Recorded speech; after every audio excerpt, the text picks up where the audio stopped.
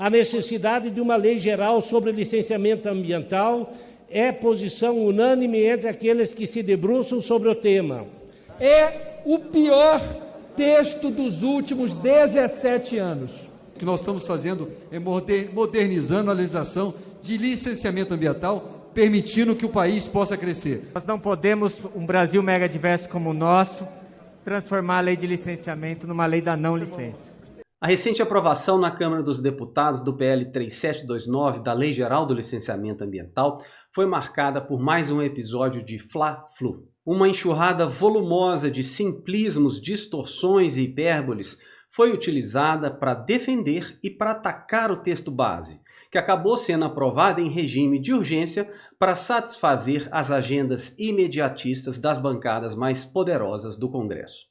Ao contrário do que dizem muitos ambientalistas, o PL não vai acabar com o licenciamento ambiental. Ele vai mais precisamente alterá-lo radicalmente por meio da minimização da avaliação de impactos e da multiplicação de soluções simplistas de eficiência administrativa que já são usuais no nível do Estado.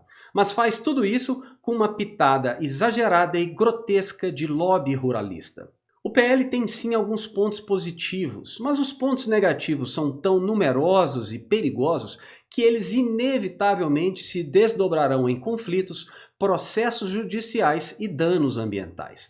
Ainda é possível consertar o texto antes que a justiça entre em ação, mas a grande pergunta é: será que o Senado vai querer?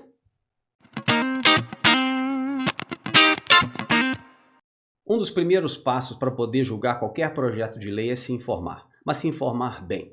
Não vale fazer como fez o deputado Kim Kataguiri, que organizou audiências públicas com diversos setores da sociedade, mas só deu atenção aos atores que reverberavam suas joviais crenças neoliberais. O deputado recebeu notas técnicas, artigos científicos e relatórios técnicos dos melhores especialistas da área, dos maiores cientistas da área, dos líderes mais experientes de órgãos licenciadores. Mas, no final, preferiu ouvir a bancada ruralista, o setor de infraestrutura e um grupo seleto de advogados e consultores ambientais que vivem de vender soluções ganha-ganha para empreendedores.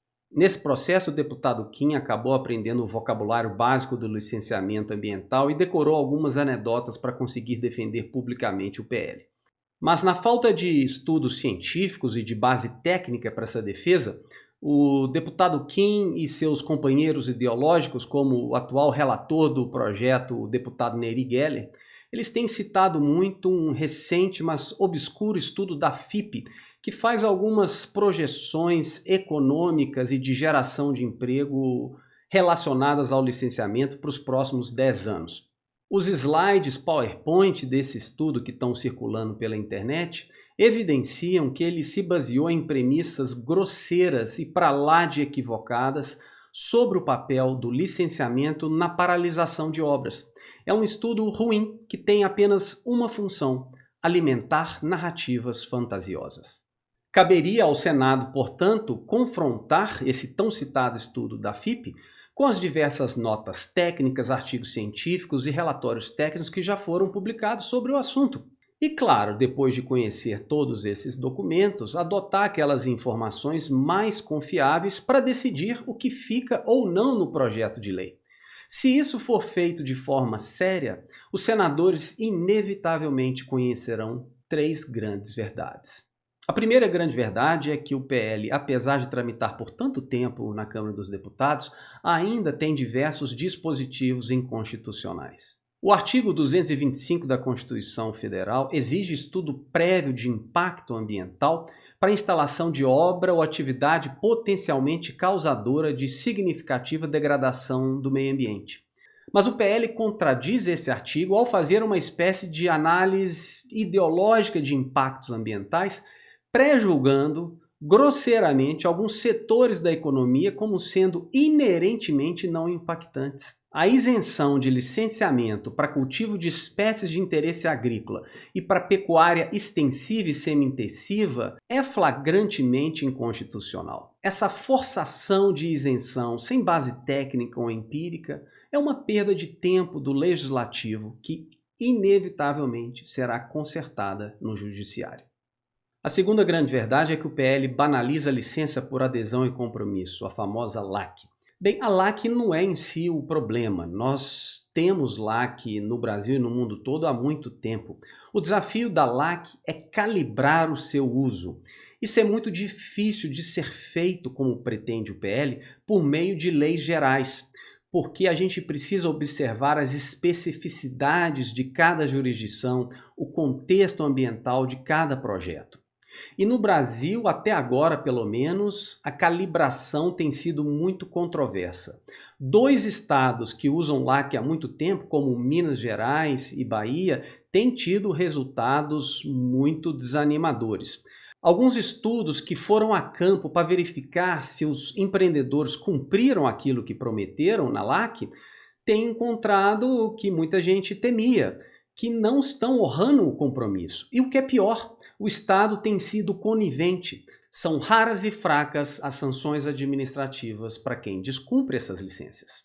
A terceira grande verdade, que é o elefante na sala do licenciamento ambiental, é que historicamente os órgãos ambientais brasileiros nunca tiveram orçamento, equipe e qualidade administrativa para dar conta dos milhares de pedidos de licença que são protocolados mensalmente no Brasil. O texto do PL, no seu finalzinho, ciente dessa calamidade administrativa, dá um prazo de 90 dias para que as autoridades licenciadoras apresentem um relatório sobre as condições de recursos humanos, financeiros e institucionais necessárias para o cumprimento dessa lei. Só que, ao mesmo tempo, diversos artigos do PL, paradoxalmente, entram na seara regulatória, estipulando prazos exíguos para diversas etapas do licenciamento ambiental em todo o país, com a premissa de que todos os órgãos licenciadores brasileiros têm capacidade administrativa para atenderem aqueles prazos. É, portanto, um texto esquizofrênico, um produto claro de ideólogos ou de gente incapacitada para pensar política pública.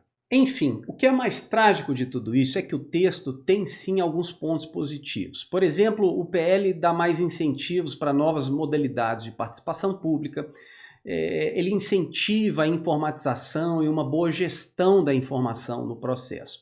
Só que esses pontos positivos estão sendo utilizados para justificar tudo que tem de ruim no projeto. Dito tudo isso, os 300 deputados da Câmara, ao aprovar um texto tão problemático, eles nos relembram que o nosso desafio vai muito além de retirar os ineptos que estão ocupando o Ministério do Meio Ambiente ou a Presidência da República. Os despreparados estão em todo lugar. Portanto, senadores, façam um favor ao povo brasileiro, estudem, dialoguem, ouçam os verdadeiros especialistas no assunto. Caso contrário, darão prova cabal que esse despreparo é um traço generalizado do Congresso Nacional.